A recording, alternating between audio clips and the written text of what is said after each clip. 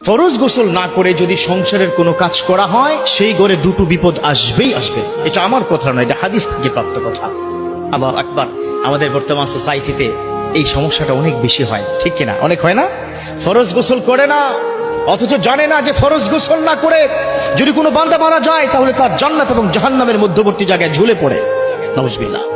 আমার এক বোন চোখের পানি ছেড়ে দিয়ে মোবাইলে আমার সাথে কান্না, হুজুর কি আর বলবো, দুঃখের কথা, কষ্টের কথা, ভয়ের কথা, আমার স্বামী ফরজ গোসল ছাড়াই মারা গেছে।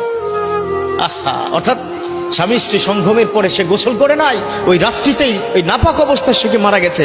আমাকে জিজ্ঞাসা করে, হুজুর তিনি কি জান্নাতি নাকি জাহান্নামী? কত কঠিন কথা, স্ত্রী স্বামীর বিষয় কথা বলে। তো বর্তমান সময় এত মারাত্মক পরিস্থিতি, আসলে ইয়াংরা বর্তমান সময় এই সোসাইটিতে, এই অ্যান্ড্রয়েড মোবাইলের যুগে, এই মোবাইলের যুগে রাত 3টার আগে কেউ ঘুমাতে চায় না। তারপরে কি করে, যখন ঘুমিয়ে